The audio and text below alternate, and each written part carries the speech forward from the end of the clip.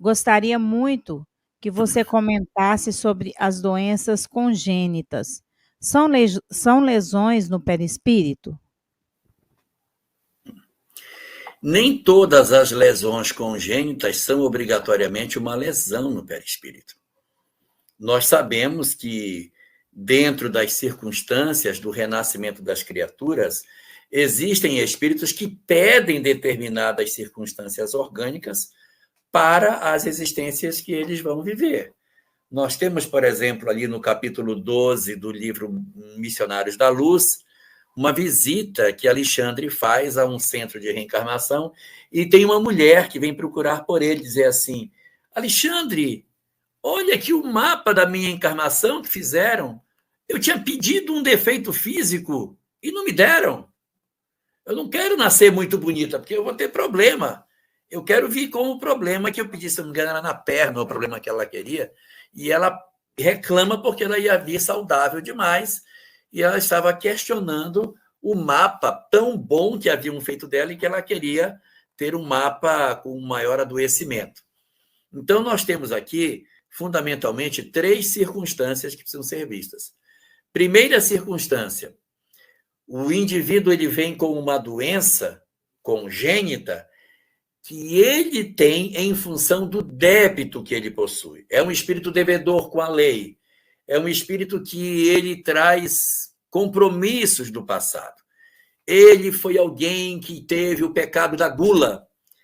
Então, ele, no mundo espiritual, se penalizou daquilo que ele fez. Meu Deus, ele tem uma tendência de, ao renascer, vir com uma sequela no aparelho digestório, exatamente porque ele tem uma grave consequência espiritual do que ele fez. Então, ele renasce e, naturalmente, ocorre um acoplamento do espírito no corpo e as impressões malsãs do perispírito se impõem sobre o corpo.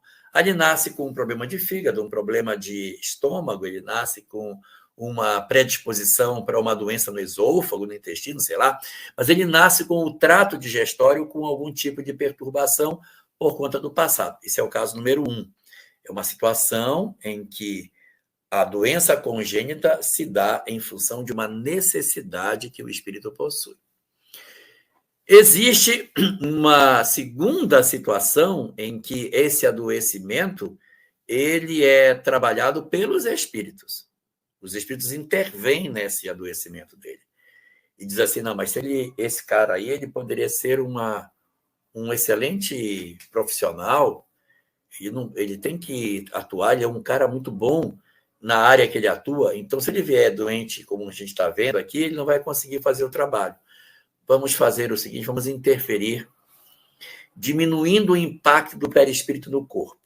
Então, o espírito é doente, sim, o espírito é doente, mas o indivíduo vai nascer satisfatoriamente doente. Ele deveria nascer com graves complicações no coração, ele deveria vir com o coração dele com problemas cardíacos gravíssimos em função do passado que ele tem.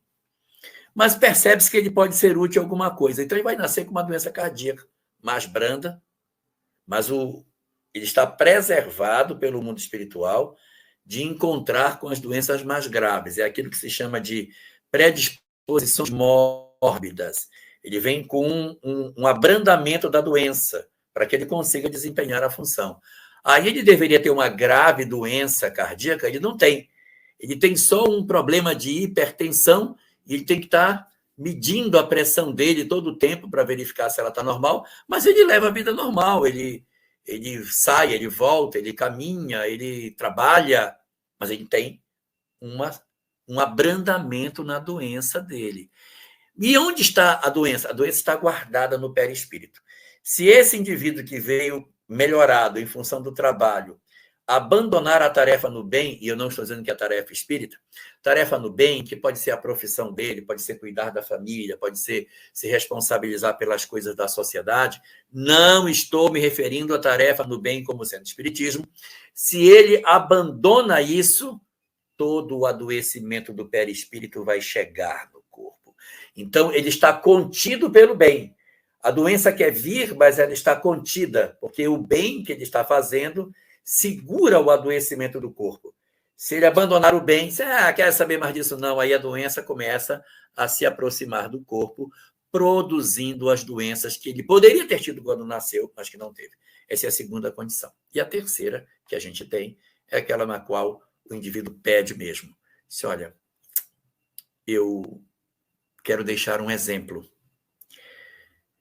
Me traz como o Chico veio, com um problema num olho e o outro sem ver, para mostrar que mesmo sem ter, a gente é capaz de fazer. Para que ninguém diga, ai, mas é porque eu tenho problema de saúde. E o Chico, meu? E o Chico? Irmã Dulce. Nossa, essas grandes personagens da nossa história, elas tiveram adoecimentos graves, às vezes, para deixar a demonstração. Se eu não me engano, Francisco de Assis desencarnou com 42 anos. Um menino, 42 anos. E é para deixar exatamente as demonstrações do quanto a gente pode ser útil com as poucas circunstâncias de saúde que a gente possa ter. Então, doenças congênitas não são necessariamente um castigo.